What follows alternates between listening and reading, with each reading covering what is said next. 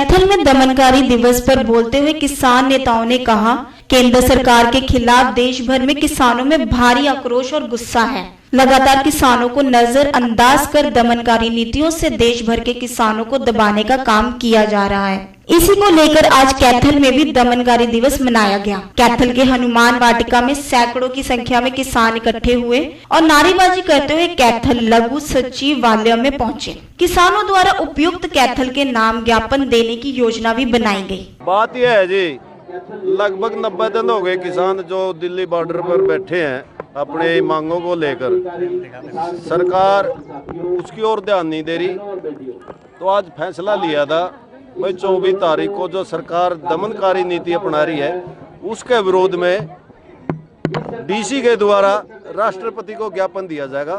भाई जो भी किसानों के साथ या केंद्र सरकार हो जो राज्य सरकारें अन्याय कर रही हैं, भाई राष्ट्रपति आप भी एक जिम्मेवार हो, इस देश के नागरिक हो, आपकी जिम्मेवारी बनती है भाई जो देश में ये उलझ रहा किसानों का और सरकार का, भाई इसको बीच में आकर इसको आप सुलझाएं।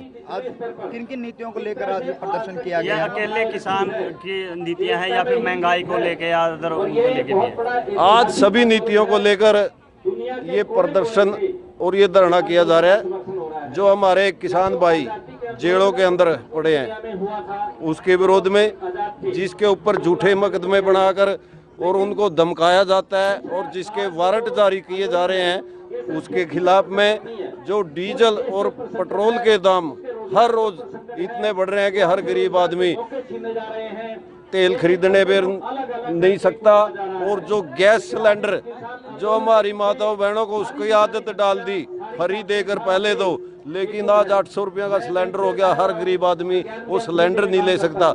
महंगाई के विरोध में भी और जो सरकार किसानों और मजदूरों के साथ जो दमनकारी नीति अपना रही है उसके विरोध में आज हमने ये विरोध प्रदर्शन किया है। जो किसानों के खिलाफ मुकदमे हैं उनको वापस ले, और जो जेलों में हमारे भाई 26 जनवरी को इन्हें गिरफ्तार किए थे भाई उनको जल्दी रिहा कराए, और जितने ट्रैक्टर गाड़ियां साधन हमारे किसानों के अब भी लापता है जेलों में है भाई उनको भी छोड़ा जाए। सतपाल जी, हालांकि तेल के जो दाम है वो कम है, लेकिन सरकार ने जो टैक्स लगाया उसकी वजह से जो दाम है वो काफी ज्यादा है। इस पर क्या कहें? बात यह है जी, ये सरकार पूंजीपतियों की सरकार है, यहाँ सभी जानते हैं। ये पूंजीपतियां आके इलेक्शन की भी तैयारी कर रहे हैं, क्योंकि ये तेल वैसे 33 रुपये कुछ पैसे पड़ता है, लेकिन इन्होंने जो भी टैक्स लगा रखे हैं हर आम आदमी पे बोझ डाल गया।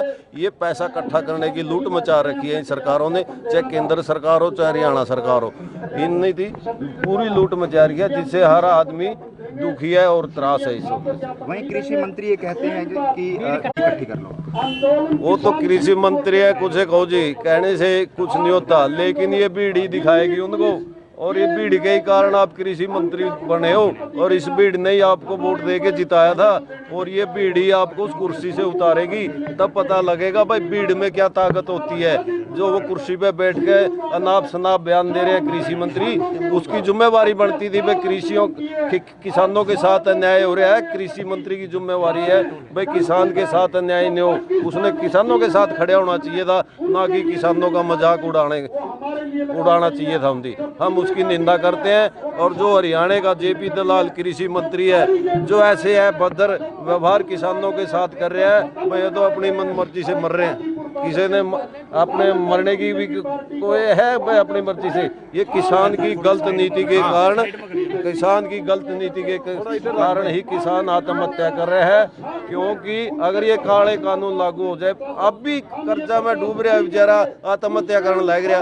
अगर ये तीनों काले कानून पास हो गए तो किसान और खेती बर्बाद हो जाए। जैसा कि किसान है ना अपनी खड़ी फसल को बारे जोत रहे हैं, मैं उन भाइयों से अनुरोध करता हूँ भाई ऐसा कदम ना उठाए।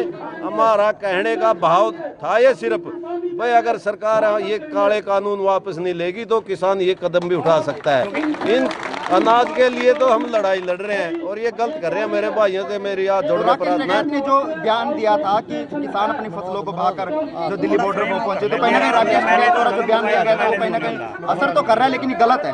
आप क्या मानते हैं, ये सही है या गलत है? नहीं, मेरे भाई को जोश पहले से अपील कर रहे हैं भाई, जोश के साथ होश रखना चाहिए। मेरे किसान भाइयों से ये अपील है भाई, होश है, कोई जोश में कोई फैसला ना ले। आज का जो प्रदर्शन है, जो सरकार द्वारा जो हमारे पे गलत कानून थोप रहे हैं, वो हम दमन दिवस मना रहे हैं शांति प्रिय ढंग से। और जो सरकार हमारे साथ जो 91 दिन से लगातार हम दिल्ली में बैठे हैं, सरकार के साथ हमारी 11 बार मीटिंग हो चुकी है, सरकार हमारी एक भी नहीं सुन रही। हम यहाँ डीसी साहब को ज्ञापन देने के लिए आए हैं। आगे की रणनीति ये है, जो संयुक्त किसान मोर्चा बोलेगा उसके अकॉर्डिंग चलेंगे। बाकी 27 तारीख को हम गुरु रविदास की जयंती है, वो हम 36 जात के भाई मिलजुल कर मनाएंगे। देखिए, आज दमन विरोधी दिवस मनाया जा रहा है पूरे देश में। सरकार की दमन विरोधी नीतियों के कारण आज पूरे देश का किसान इस कदर हताश और निराश है। दिल्ली पे बैठे हुए जो 26 जनवरी का जो प्रकरण था, उसमें बेकसूर किसानों को जेलों में डालने का काम कर दिया। उन पे अनाप शनाप दिल्ली सरकार NIA द्वारा नोटिस भेजे जा रहे हैं, किसानों को प्रताड़ित किया जा रहा है, किसानों को डराकर इस आंदोलन से दूर करने का काम किया जा रहा है। और इसी विरोध में आज पूरे देश में दमन विरोधी दिवस मनाया गया है। पूरे देश का किसान, मजदूर, व्यापारी वर्ग आज राष्ट्रपति के जिला उपायुक्त के माध्यम से राष्ट्रपति के नाम ज्ञापन दिया गया है। कहाँ आए हो, किसको ज्ञापन देंगे? आज हनुमान वाटिका से इकट्ठे होकर यहाँ पर नारेबाजी करते हुए पूरे देश के किसान, मजदूर, व्यापारी, कर्मचारी, छात्र सभी संगठन आए थे। यहाँ पर DC साहब को ज्ञापन देना था, लेकिन इस सरकार की निकम्मी और नकारा नीतियां देखिए, किसान को किस कदर परेशान किया जा रहा है। DC साहब कोई बहाना बनाकर यहाँ से खिसक गए हैं। किसानों ने चैलेंज कर दिया कि जब तक DC साहब कैथल DC यहाँ पर नहीं आएंगे तब तक ज्ञापन नहीं देंगे। गाँव में फोन कर दिए गए हैं, ट्रैक्टर ट्रैलियां भरकर दोपहर का खाना लेकर गाँव से लोग चल पड़े हैं। जब तक DC साहब नहीं आएंगे तब तक यहाँ पर अनिश्चितकालीन रूप से बैठे रहेंगे। जो ज्ञापन राष्ट्रपति का नाम देना वो DC साहब को देकर जाएंगे। कैथल से विपिन शर्मा की रिपोर्ट। मैं अपने ਇਹ ਮੋਢਿਆਂ ਤੇ ਗੋਡਿਆਂ ਤੋਂ ਬਹੁਤ ਦੁਖੀ ਸੀ। ਮੇਰੇ ਲਈ ਤਾਂ ਤੁਰਨਾ ਫਿਰਨਾ ਵੀ ਇੰਨਾ ਔਖਾ ਹੋਇਆ ਸੀ, ਮੈਂ ਦੱਸ ਵੀ ਨਹੀਂ ਸਕਦਾ। ਪਰ ਜਦ ਤੋਂ ਮੈਨੂੰ ਫੀ ਰਿਲੀਫ ਮਿਲਿਆ 2.5-3 ਮਹੀਨੇ ਇਸਤੇਮਾਲ ਕਰਨ ਤੋਂ ਬਾਅਦ ਗੋਡੇ ਵੀ ਓਕੇ, ਮੋਢੇ ਵੀ ਓਕੇ। ਜੇ ਤੁਸੀਂ ਵੀ ਕਿਸੇ ਇਸ ਤਰ੍ਹਾਂ ਦੀ ਬਿਮਾਰੀ ਤੋਂ ਪਰੇਸ਼ਾਨ ਹੋ ਤੇ ਬੇਝਿਜਕ ਹੋ ਕੇ ਇਸ ਨੂੰ ਇਸਤੇਮਾਲ ਕਰੋ। ਸਿਰਫ 2.5-3 ਮਹੀਨੇ ਇਹ 125 ਬਿਮਾਰੀਆਂ ਤੱਕ ਦਾ ਇਲਾਜ ਕਰ ਸਕਦਾ ਹੈ।